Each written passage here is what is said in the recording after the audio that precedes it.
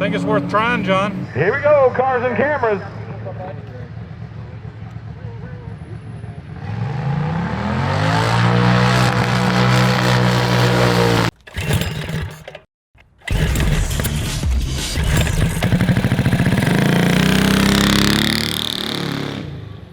What's up, everybody? I'm John. I'm Isaac. And today on Cars and Cameras, we're taking our big turbo Predator 670 V-twin drag rail to the drag strip. We made a bunch of changes since we went last time. We put down a scorching 789 at 91 miles an hour, but this time we have a larger turbo, we have shorter and smoother turbo piping, we have our Longhorn exhaust, and other improvements we have to performance and safety, because we certainly don't want to oil down the track again.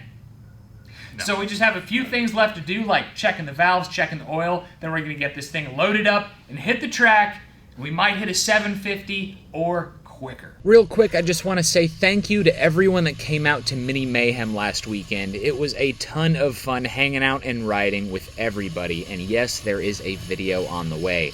I made a Mini Mayhem Facebook group that everyone is allowed to join and post about their builds, as well as plans for next year to help improve the event. I'll link it in the description, and I'll see you all over there.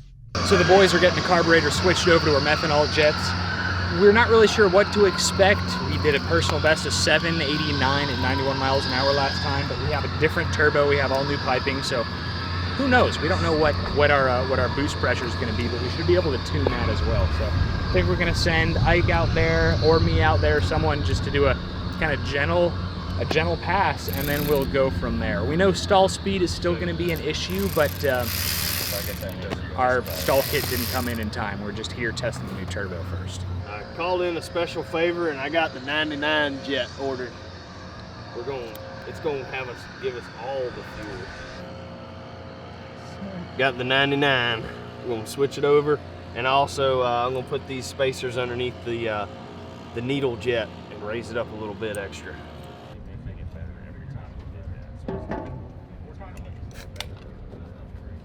So I'm all suited up. I'm gonna be going first because Ike is known to damage equipment. Just gonna take it easy, feel out this new turbo, keep my eyes locked on the tach and the boost gauge and oil pressure. To make a pass, we don't have a lot of rules, but that's one of them. Got to have long pants, got to have a helmet. Most of y'all already know that, but it's worth saying again. Got a brand new capsule coming out here tonight.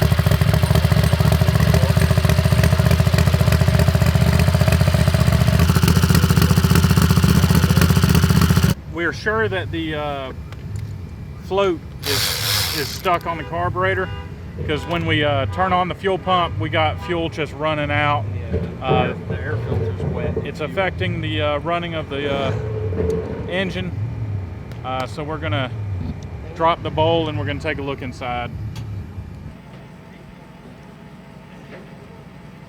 Got a tiny bit.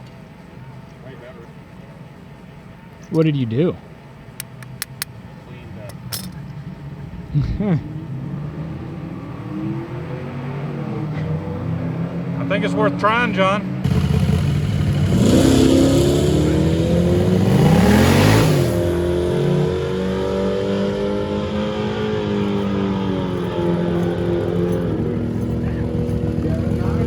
Here we go, Cars and Cameras. Back at it. Cars and Cameras making their run. First run today.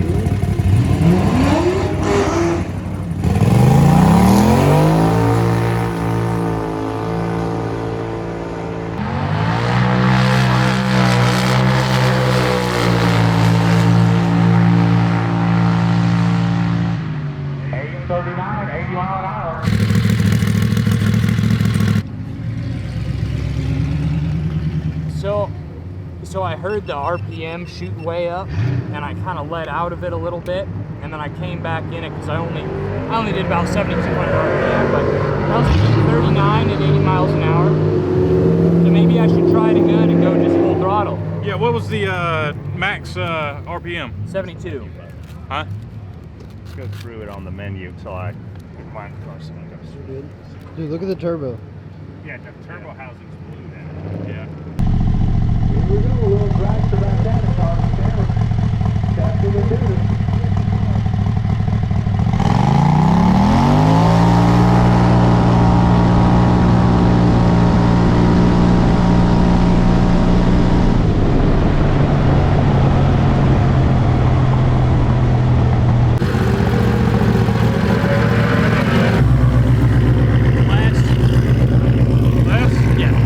So the second pass at 60 footed better than it ever has. I think it was a 1.8 and change. At 80 miles an hour, I don't think we're making quite as much boost as the last turbo.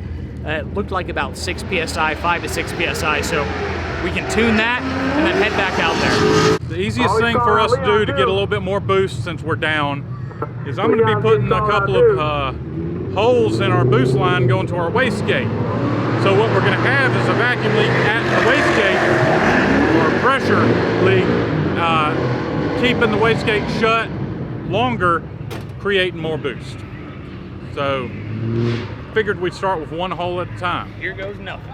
Yeah. That easy.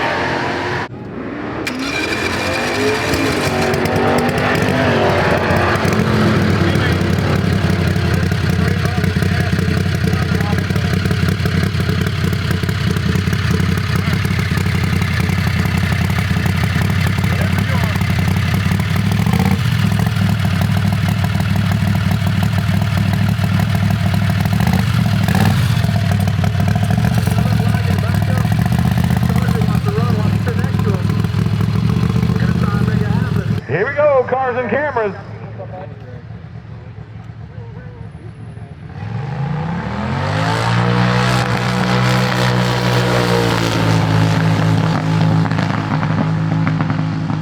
Yeah, 820 coming up and popping a little bit.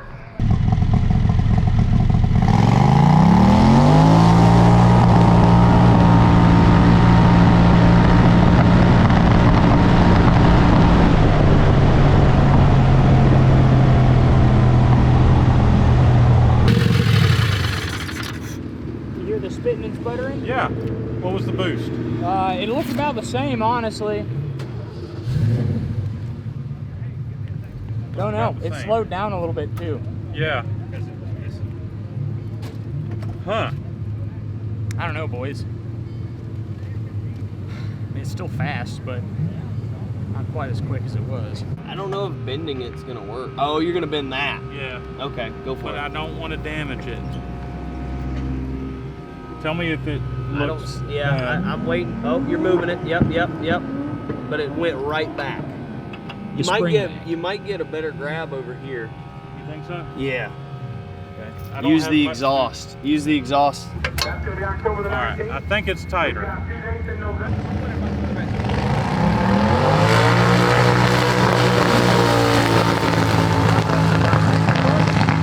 Breaking up a little.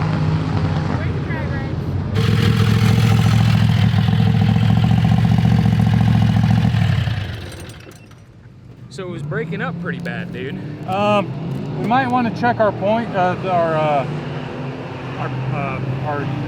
Coils, timing, valve I was latch. thinking the spark plug gap. Oh, the spark plug gap. We got new spark plugs in. I did gap them, but I mean, it could be that we're blowing out the spark.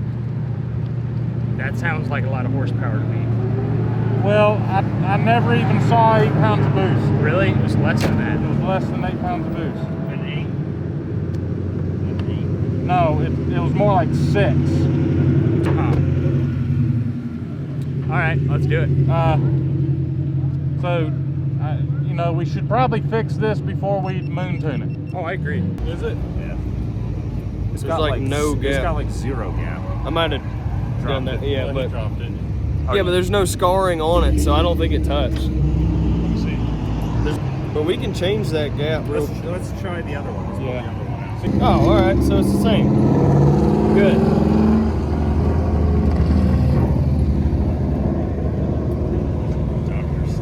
Dr. Science right here. You want to get the feeler gauges out?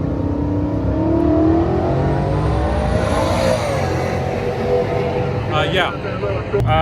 Well, we're gonna re-gap the plugs. Charles put 20 thousandths on it, and it seemed to be a little bit not enough gaps. So we're re-gapping. I like the headlamp, dude. Yeah, man. Someone oiled down the track, and it wasn't us. It wasn't us. It wasn't us. All right. So we don't have as much RPM as we had before, and we don't have enough boost. So I'm gonna say they're related, because with the less boost,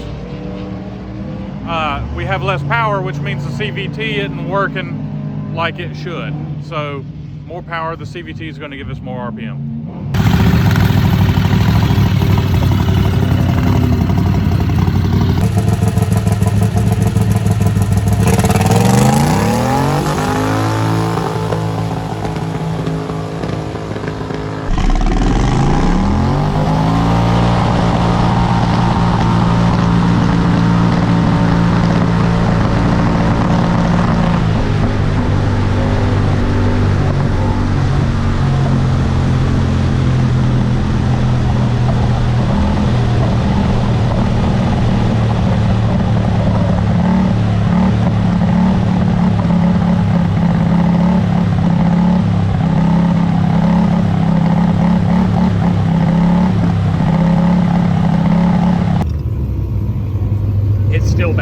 Still breaking up pretty bad. I wonder if we have an ignition problem. It kind of sounds like it. It really sounds like an ignition problem to me. And I can't think of a great way of checking it out. Because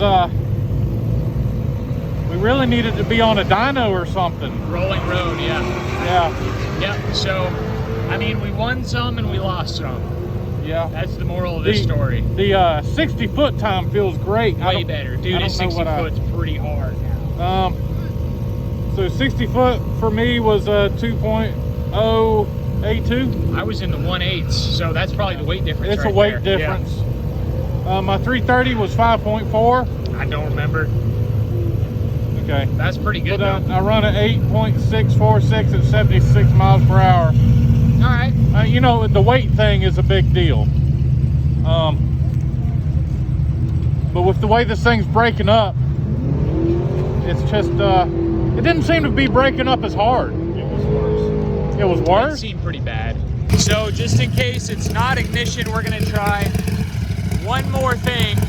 And we basically richened it up as much as we could. So we threw more washers under the needle, which is gonna raise the needle and richen it up, and we threw our socks on the intake, but we think we have coils that are going bad.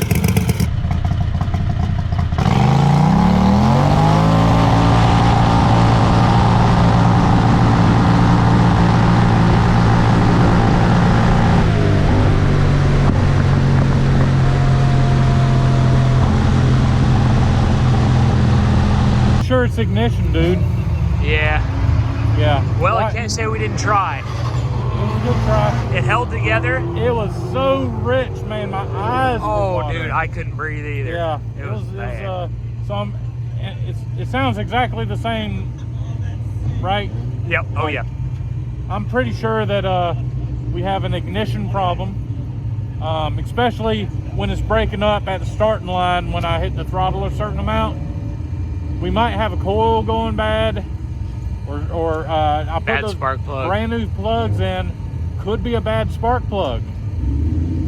Did your best, dude. Yeah. Mechanic on the sidelines here. It looks like a coolant hose blew out, but it's gonna cost them $60 for me to walk over there and check it out. So I'm gonna stay right here. So we made it back to the shop. Yeah. After, you know, that.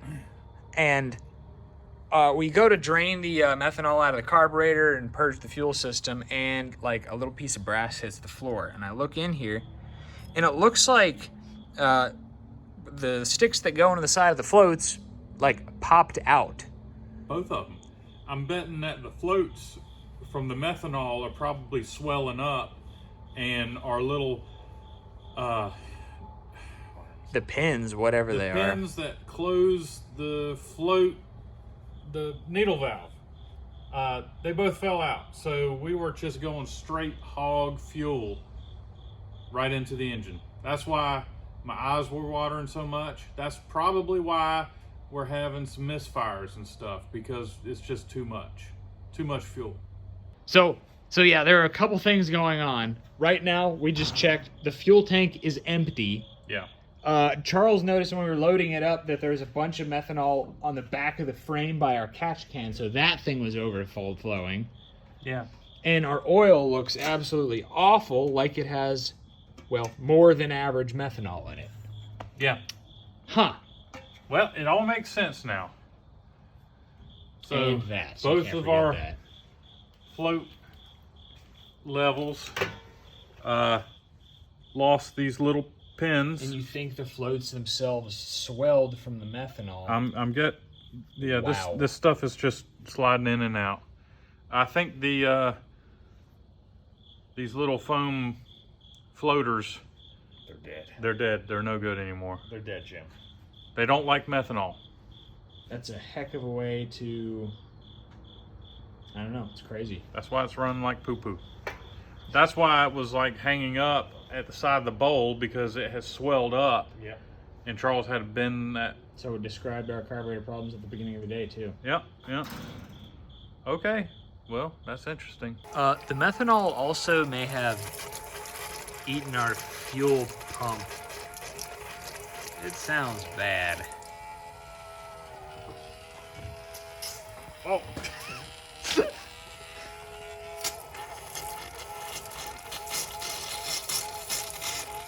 Reminds me of Taco Bell.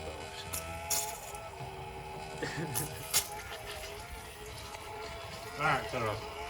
Yeah, I think that's weird. I don't like the sound of that pump. No, dude. Even when you were holding pressure, it was So in this installment of the Dragster project, we won some and we lost some. We made pretty decent improvements in our 60-foot time. I think we were 0.2 quicker on the 60-foot than we've ever been.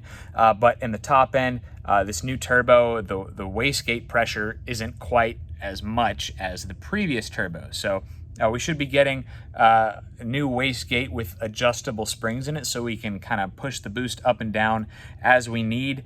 And also we're going to be installing a new carburetor, a new fuel pump. We're looking into fuel injection, but that type of stuff takes a lot of time to kind of piece together all the parts, because you can't just buy a fuel injection system for a 670 V-twin. Ecotrons doesn't make one anymore. I called them the other day, and they don't make one anymore. Anyway, thank you all for watching. We're going to take care of these issues that cropped up, as well as get a better way to modulate our boost pressure.